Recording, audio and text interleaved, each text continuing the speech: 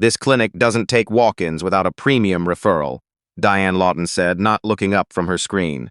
You'll want to try an urgent care down the street. Adrian Fowler stood at the reception desk of Harmon Peak Medical and Wellness Center with his 10-year-old daughter Natalie's hand wrapped around two of his fingers.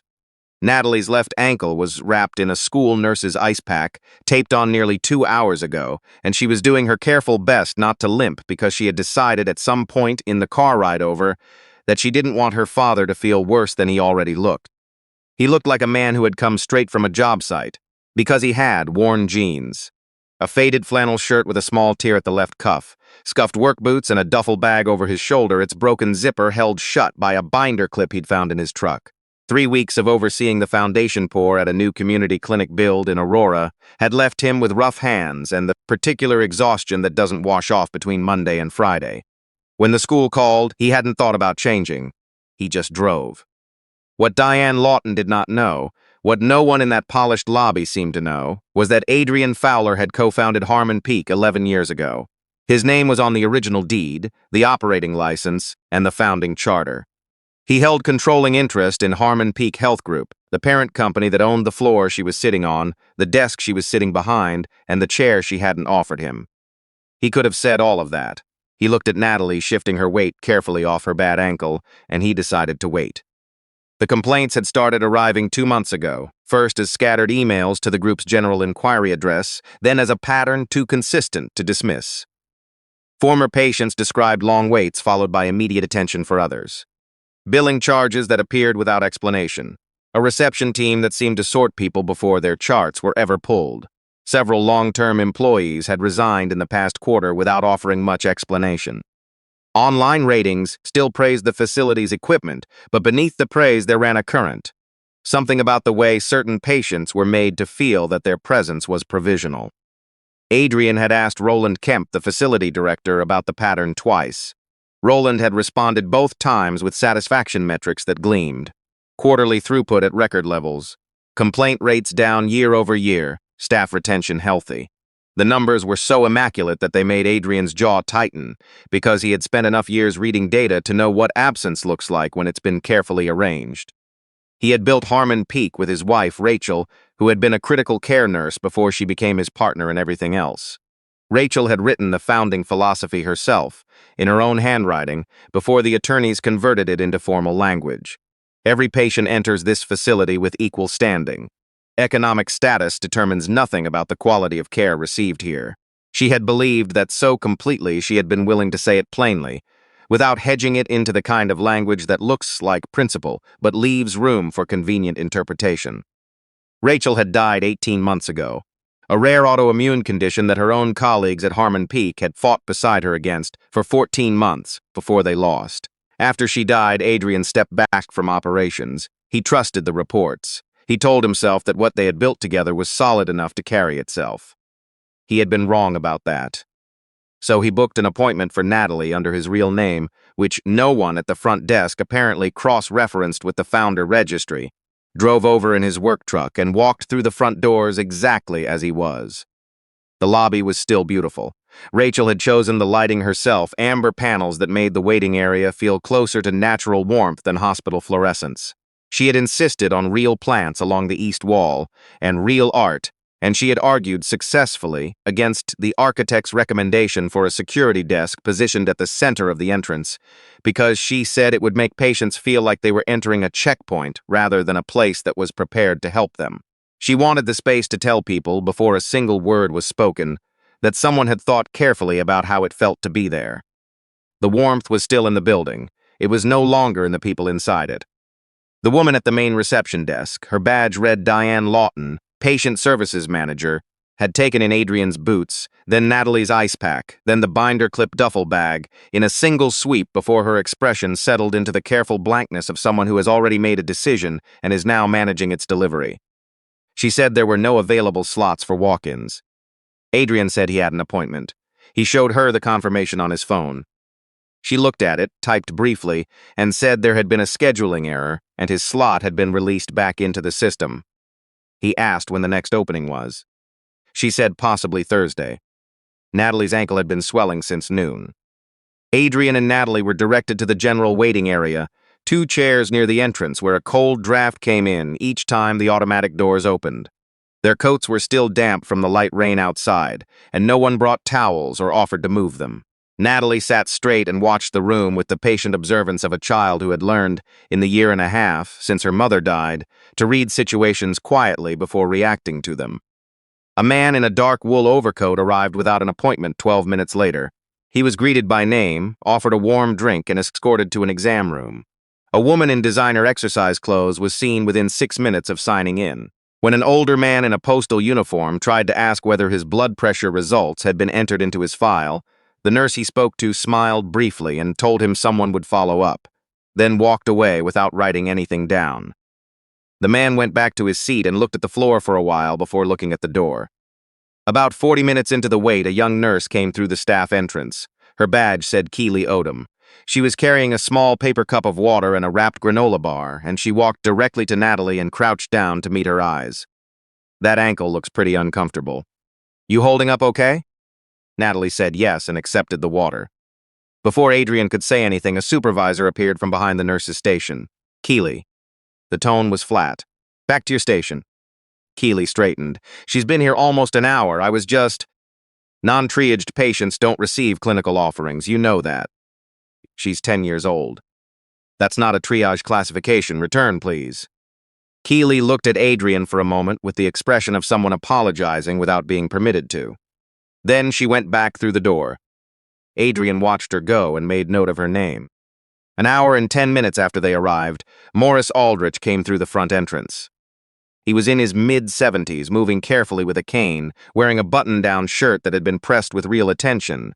He carried a manila folder held flat against his chest. Lab results, medication lists, referral paperwork, all of it in careful order. He approached the reception desk, gave his name and his appointment time, and the receptionist found the booking, glanced once toward where Diane was standing across the lobby, and a look passed between them that took less than a second. Diane came over. She told Morris that his physician was running behind and would not be able to complete his appointment today. She recommended rescheduling. Morris said he had confirmed the appointment 3 weeks ago. He said he had driven 35 minutes and that his daughter had left work early to bring him. Diane said she understood and was truly sorry. Morris held his folder against his chest and looked at her with the expression of a man who had been given this same answer before and had learned somewhere along the way that making a scene accomplished less than the dignity it cost. "Is there someone else I can speak with?" he asked. Diane said the facility director was unavailable. Adrian stood up. He introduced himself to Morris simply as Adrian.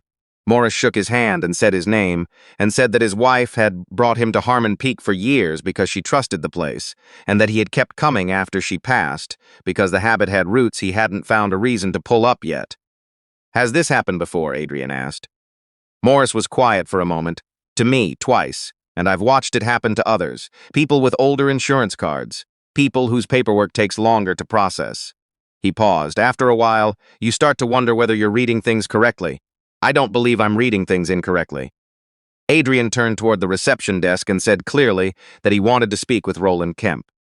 Diane's expression shifted in the small, controlled way of someone deciding how seriously to take a request. She said the director was in meetings. Adrian said that was fine, he would wait.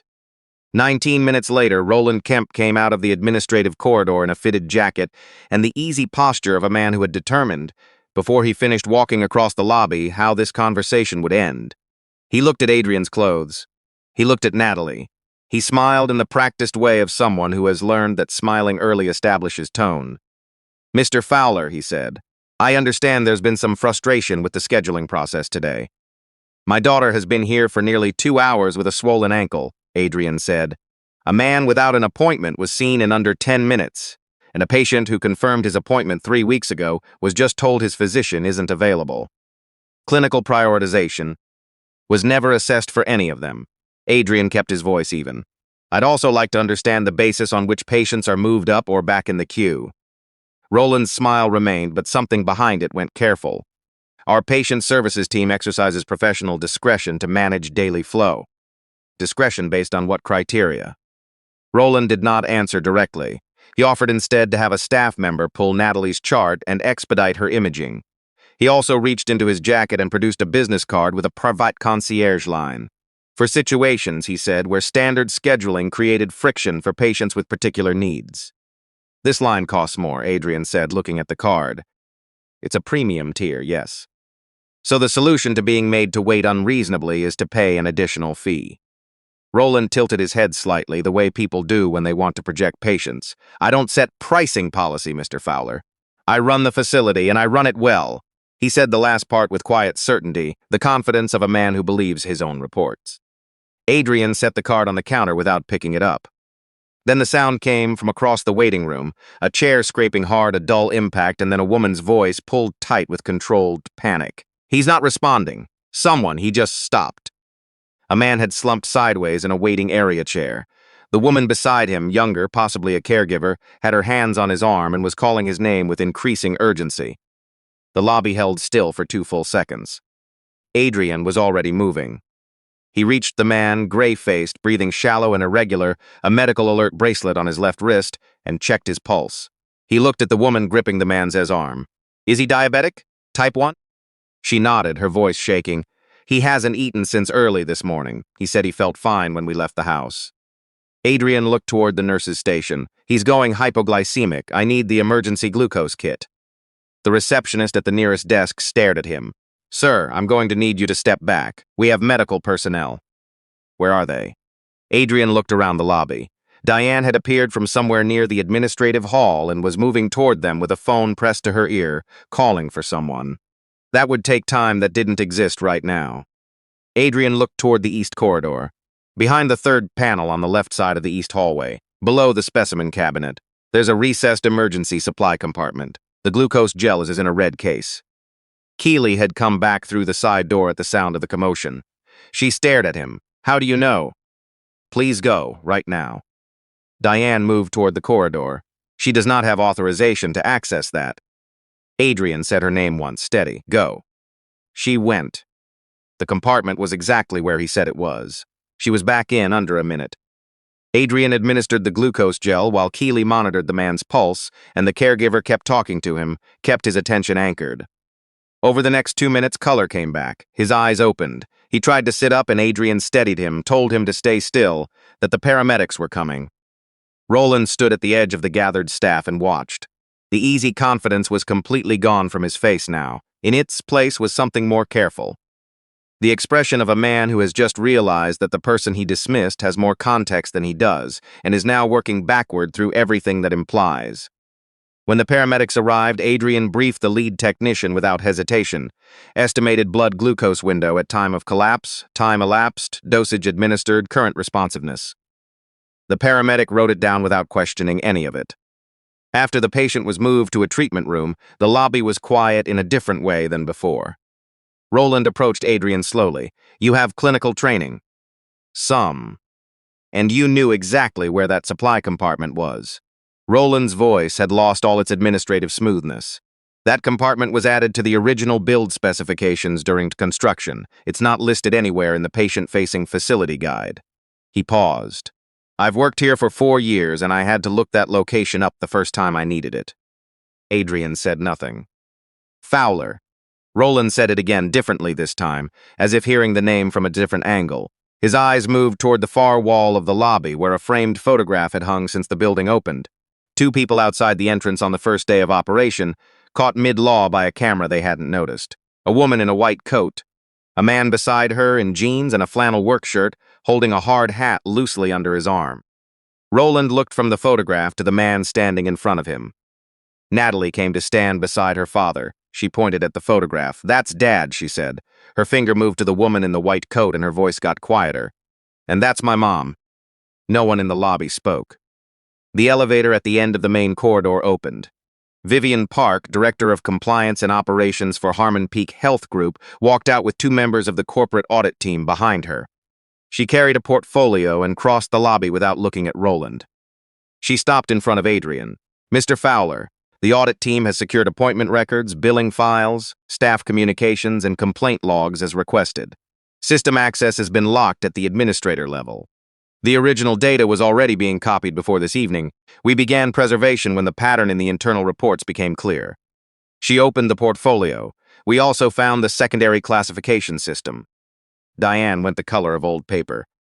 Vivian read without preamble, a manual patient flagging system that Diane had built without authorization, assigning priority tiers based on insurance quality, visible indicators of income, and a category labeled internally as fussicility profile alignment, which, when traced through the staff communications, resolved to a simple and ugly calculation: whether a patient's appearance matched the image the facility wanted to project. More than 200 complaint entries had been altered or removed over 8 months.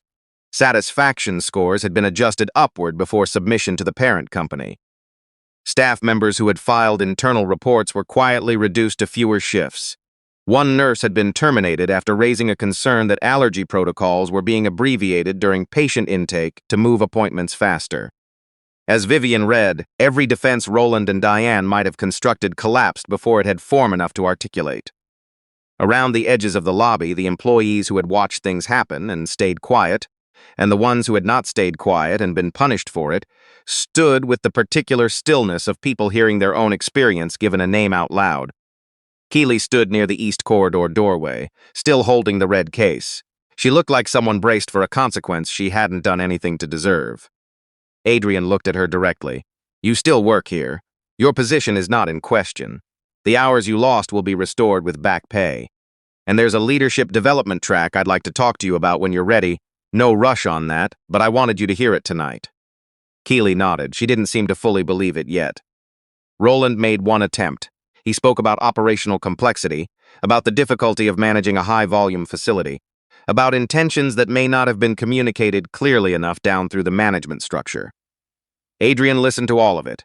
Then he told Vivian to proceed with the separations. He found Morris Aldrich near the exit, still holding his folder, waiting with the patient resignation of someone who had learned that expecting the rest of an afternoon to get better was not always a reasonable investment. Adrian apologized, not as an executive performing accountability, but as the person responsible for a place that had failed Morris more than once, and who understood that trust eroded this way doesn't come back simply because the people who eroded it are gone. Morris was quiet for a moment. "Rachel would have been devastated by this," he said. Adrian stopped. "She was my wife's nurse, during Margaret's last year." Morris held the folder a little tighter against his chest. After Margaret's treatments, when the family had gone home for the evening, Rachel would stay and sit with her. Not because anyone asked her to, just because she thought people shouldn't be alone in those hours. He looked toward the photograph on the wall. "That's why we came here. We believed the place had kept that." "Come back inside," Adrian said. "We'll get your imaging done tonight." Morris looked at him for a moment, then he said yes. Natalie's ankle was a mild sprain, the kind that healed with rest and wrapped ice in a week of patience. The radiologist who reviewed the scans was thorough and unhurried, and when Natalie asked what the machine was actually seeing inside her, he explained it with the genuine enthusiasm of someone who still found the question interesting. On the drive home, Natalie looked out at the highway lights for a long time before she spoke. "Why did Keeley get in trouble for bringing me water?" Adrian thought about how to answer that accurately without making it heavier than it needed to be for a 10-year-old who had already carried a lot. Because the people managing the place had decided quietly and without putting it in writing that some patients deserved more care than others. And Keeley treated you like that wasn't true. That made them uncomfortable. Natalie thought about this. Did they not know it was wrong? Or did they know and just decide it wasn't their problem? I think they knew. That's worse. Yes, he said, it is. She watched the road for a while. Is that why you went like that? In your work stuff? I needed to see what happened when no one thought I was worth paying attention to. And now you know. Now I know. She was quiet again, then softly, Mom would have hated every single part of this. Adrian kept his hands on the wheel and his eyes on the road. Yes, he said, she would have. The changes at Harmon Peak in the weeks that followed were not cosmetic. The patient classification system was formally prohibited and documented as a terminable offense. Complaint submissions moved to an independent review channel that no facility manager could access or modify. Intake protocols were standardized and posted visibly at every entrance, with equal appointment rights confirmed in writing and enforced by a new ombudsman position that reported directly to the group board. Allergy and dietary information became a mandatory verification step at intake. No patient could be moved to an exam room until their file had been reviewed for alerts. Staff members who had been penalized for raising concerns were reinstated with back pay and a formal record of what had happened to them and why it was wrong. Keely Odom became a shift supervisor within the quarter. She was not the loudest presence in any room, but she had something Adrian recognized from Rachel: the habit of noticing who in a waiting area had been sitting longest and doing something about it before anyone asked her to. Morris Aldrich came back on a Tuesday afternoon 3 weeks later. He came in with his folder and his cane, and this time a staff member came out to greet him before he finished signing his name on the intake form. He didn't say much about it, but he came back the following month, and the month after that. Adrian had the third-floor conference room, the one Rachel had used for new staff orientations, where she had once stood at the front of a room full of first-week employees and told them that the moment a patient walked through the entrance, they had already done something that cost them something, and that the only appropriate response to that was to be worth it, named in her memory. A small plaque, nothing elaborate, just her name, and below it the sentence she had written in her own hand into the founding documents. Every patient enters this facility with equal standing.